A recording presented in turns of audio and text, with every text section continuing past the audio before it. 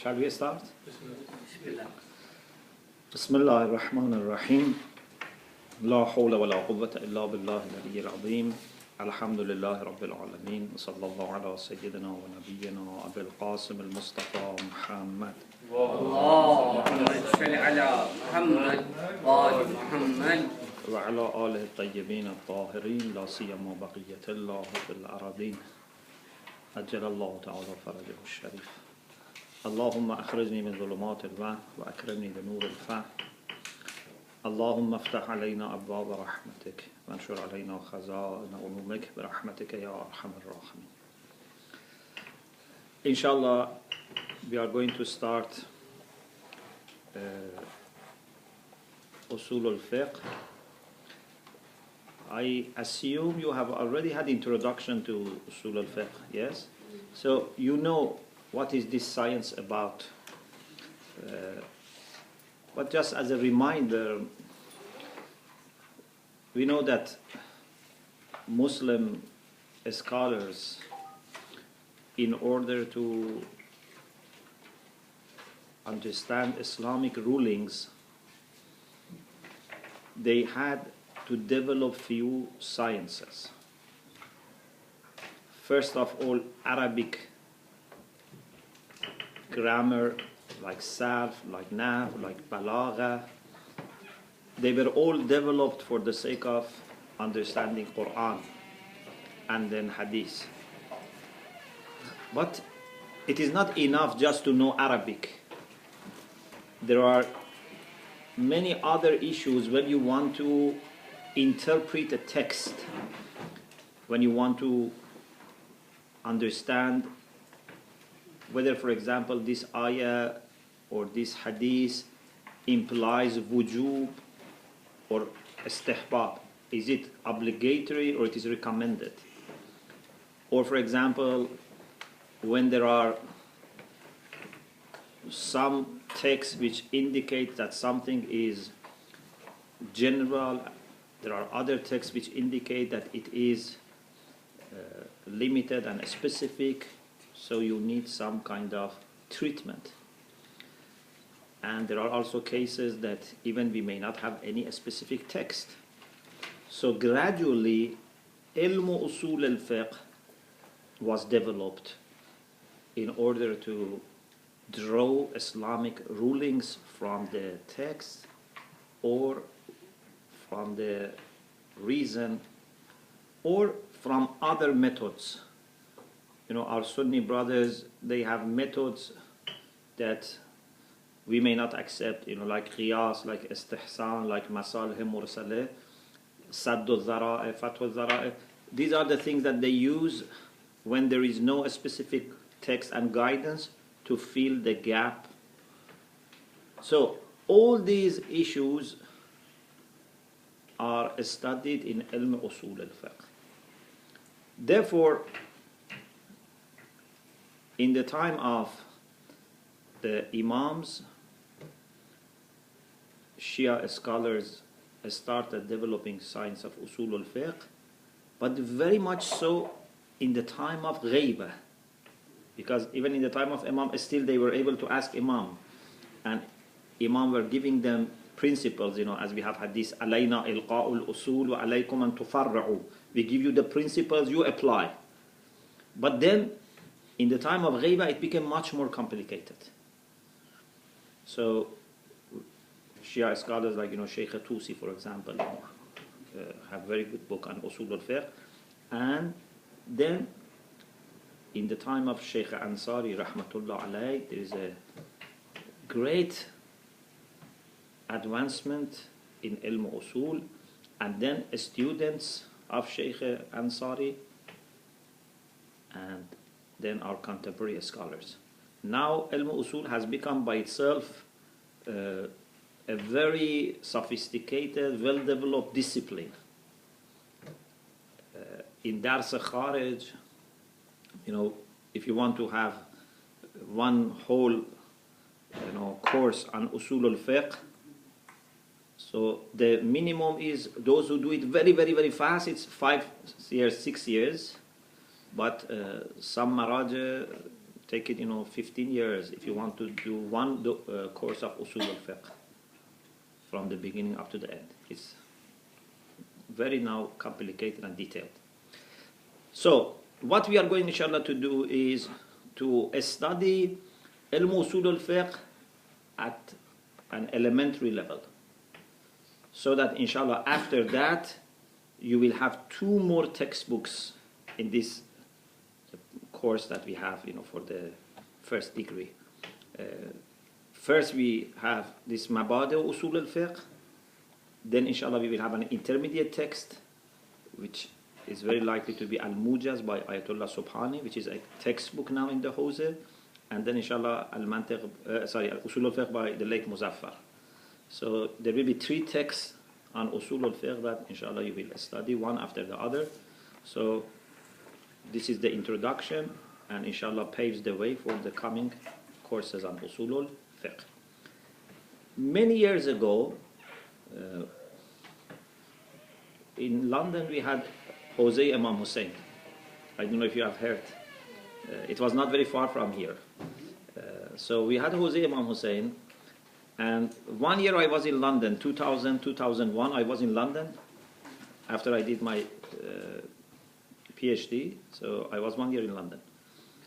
And I used to teach in the Hose Akhlaq and Usul al-Fiqh, and in the college also I used to teach some subjects like methodology.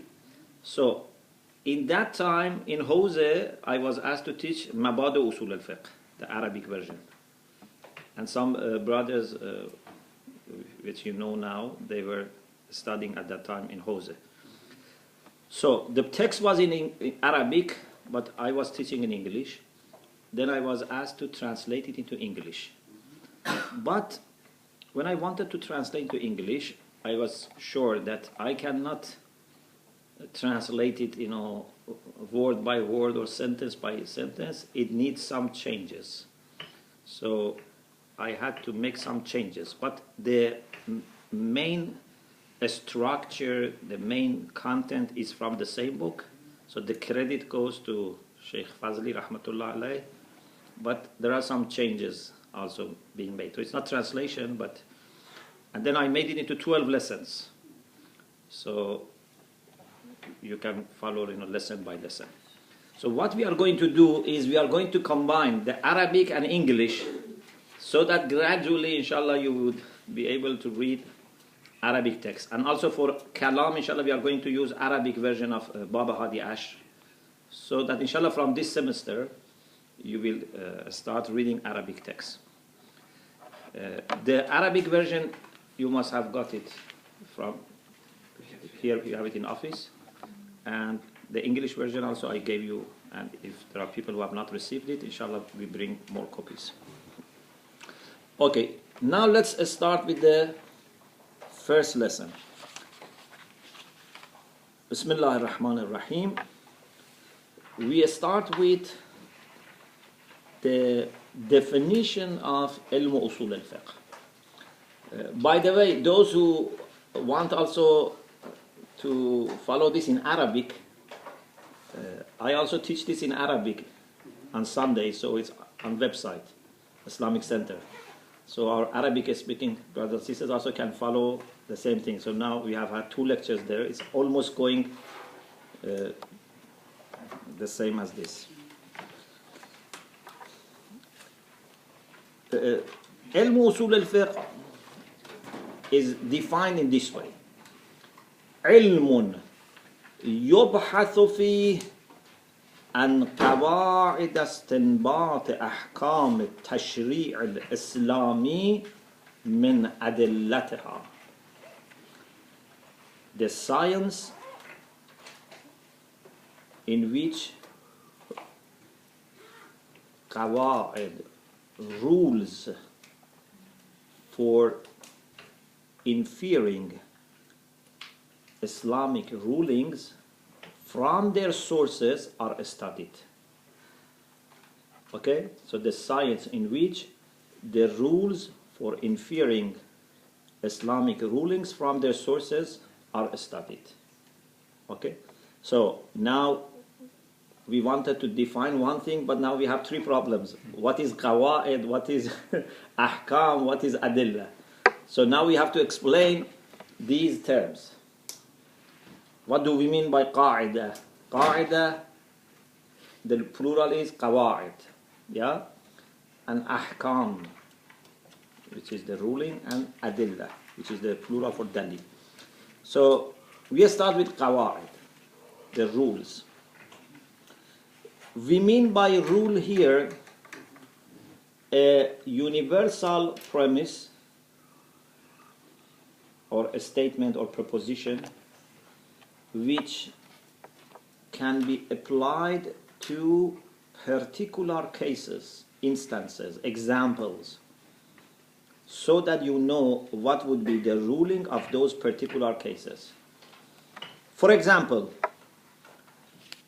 we have a rule, inshallah we will discuss this later, just as example, okay? We don't want to discuss the example now. The example is just here to help us understand the concept of rule.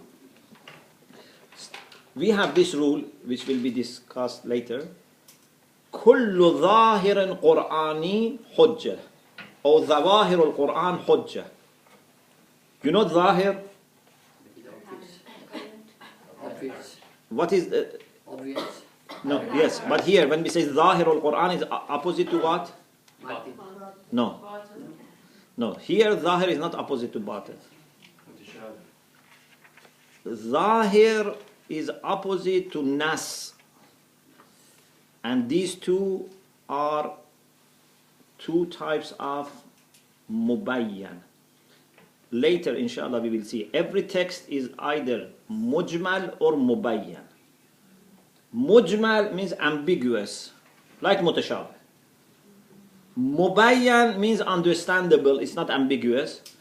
Then, when it is mubayyan, it's understandable, it's clear. Either it is nas, and nas here means 100% clear. There is no other possibility in understanding, interpreting this text. Or it is zahir.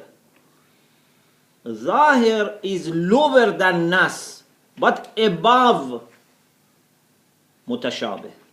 So it means that the text has one meaning, one reading of the text, which is not 100%, but it's so likely to be the meaning which is meant by the speaker that we don't pay attention to the alternative readings.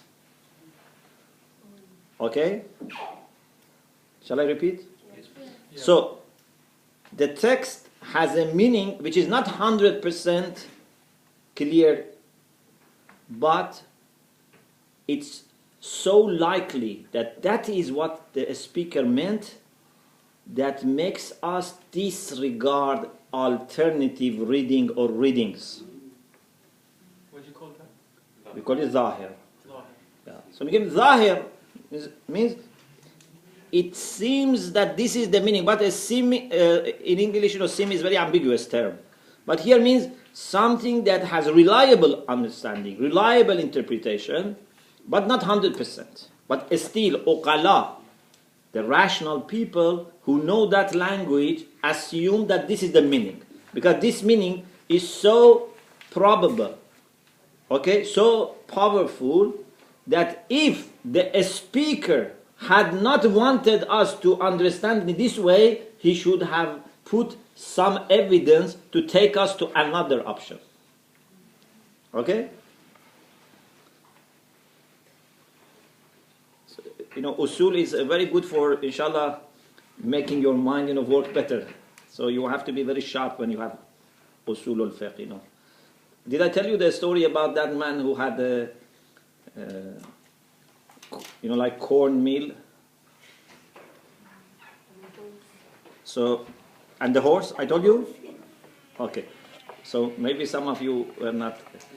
So a person had a cornmeal, and there was a horse and had to move around to move the, what they call this?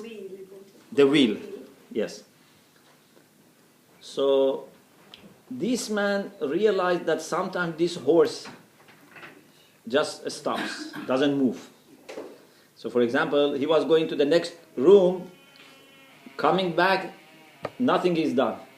So he realized that this horse is lazy. So he put a bell on the neck of the horse so that from the next room he can understand. When the horse is moving, he can realize that he's moving. Otherwise, when there is no sound, he would go back and check. So then there was a talabe who told him, what about horse stopping and just moving the neck?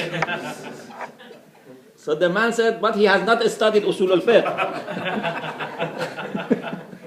It means that the horse's mind is still not very sophisticated. But when you study Usul al-Fiqh, then people ask you one question, then you have 10 options in your mind. They ask one simple question, but you cannot easily answer. It can be this, can be this, can be this, Actually, one of the signs of a person's, sophistication in understanding is that how many probabilities come to his mind. We say, yu'rafu. Please remember this. You may be asked in the grave about this.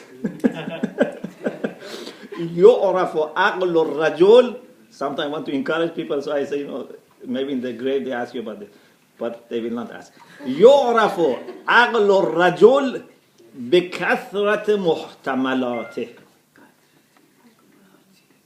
يعرف عقل الرجل بكثرة محتملاته.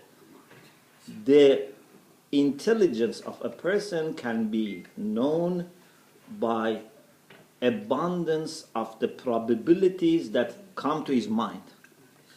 A person who is not very intelligent, when he hears something, automatically interprets it without any double checking, without thinking about different possibilities. But a person who is intelligent, when he receives a news, then says, I have to analyze this. Where does the source come? What are the other evidences, counter evidence, so many things. Okay? So it's very difficult for alim to make up his mind. I remember my very first teacher of Hawza studies, rahmatullah alayhi, he said that when I was young, I used to go to villages of Iraq for tabligh. And I used to read Tawzir Masail a lot. So people asked me questions about fiqh and I was giving them answer. And there was a mujtahid in the city of Iraq. He was Ayatollah, he was a mujtahid. And people were asking him questions, but he was not giving them the answer right away. He said, I had to check. So he said, some village people said, you know better than this Ayatollah. Not knowing that, still I'm a Talabi, but I only read the book, he's a mujtahid. When he asks a question, he has to consider many things to give his fatwa.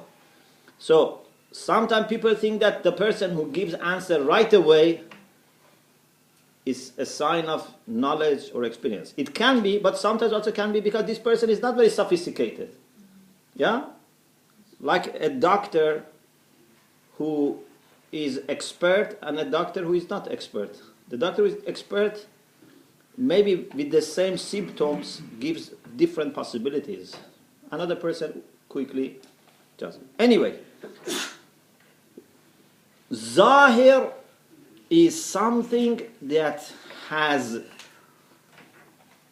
a meaning or interpretation or reading which is not 100% clear to be meant by the speaker or the writer, whoever has produced that text, but the probability is so high that rational people would not consider the opposite probability or probabilities.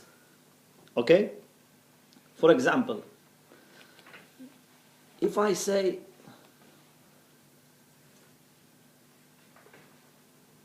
I owe this brother 1,000 pounds, or I owe this man 1,000 pounds. When people hear this, there can be different interpretations. One possibility is that I really literally owe him 1,000 pounds, means 999 plus 1 pound. Another means that he has done a favor to me, that if I want to, put that favor into figures, it's like I owe him 1,000 pounds. These are two possibilities. If a person in front of other people admits that he owes someone 1,000 pounds and later denies, and that person takes him to the court, and judge asks him, have you said this, that you owe him 1,000 pounds? And he says, yes. Then the judge says, you must pay him. He says, no, I didn't mean I owe him really. I meant he has done, some favor to me. The judge says, no. Although this is possible to be the meaning of this, but this possibility is so low that the people who are rational and speak that language disregard this possibility. In other words, there was a zahir in what you said. It was not nas, it was zahir. Is it clear? So we have to understand what is zahir of the text, and this is what we study in Usul al-Fiqh. Also we have to understand whether zahir is hujjah or not. Again, this is also studied in Usul al-Fiqh. So, one of the examples of a rule that we study is whether zahir of Quran is hujjah or not. You may wonder, you say, Maulana, why you are thinking zahir Quran cannot be hujjah, and then you say whether it is hujjah or not. If zahir of every text of even ordinary people is hujjah, what about the Quran? You may wonder, why people need to discuss at all whether Quran zahir is hujjah or not. The answer is, this is not out of disrespect to the Quran. Some people, like akhbariyun, actually they wanted to have too much respect to this extent that they made Quran something that we cannot understand. So they say, we cannot understand the Quran by ourselves. The only people who can understand the Quran are Prophet and Ahlul Bayt. إِنَّمَا يَعْرِفُ الْقُرْآنَ مَنْ خُوطِبَ بِهِ. The only people who understand the Quran are those who are addressed, and they mean the Prophet. And then the Prophet passed on the knowledge to the Ahlul Bayt. So, Akhbariyun had the idea that we cannot understand the Zahir Quran. It's not hujjah for us. If it is nas, yes. If it is Zahir, we have to refer to hadith. Okay? So don't be surprised. It's not out of disrespect. It's out of them wanting to be too respectful to the Quran. Anyway, Zahirul Quran is hujjah. Okay, this is one example. Then, for example, in the Quran, Allah subhanahu wa ta'ala says, Aqimus Salah. Aqimu, according to Ilm Sarf, is Sighatul Amr. Okay? Is Sighatul Amr. بسم الله الرحمن الرحيم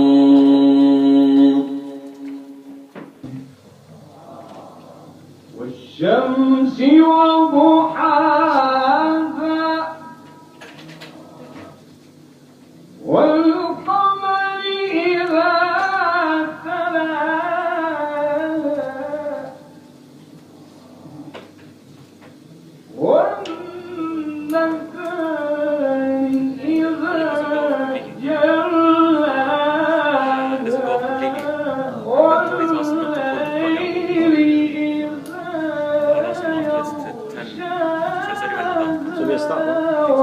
Okay, we shall continue after some.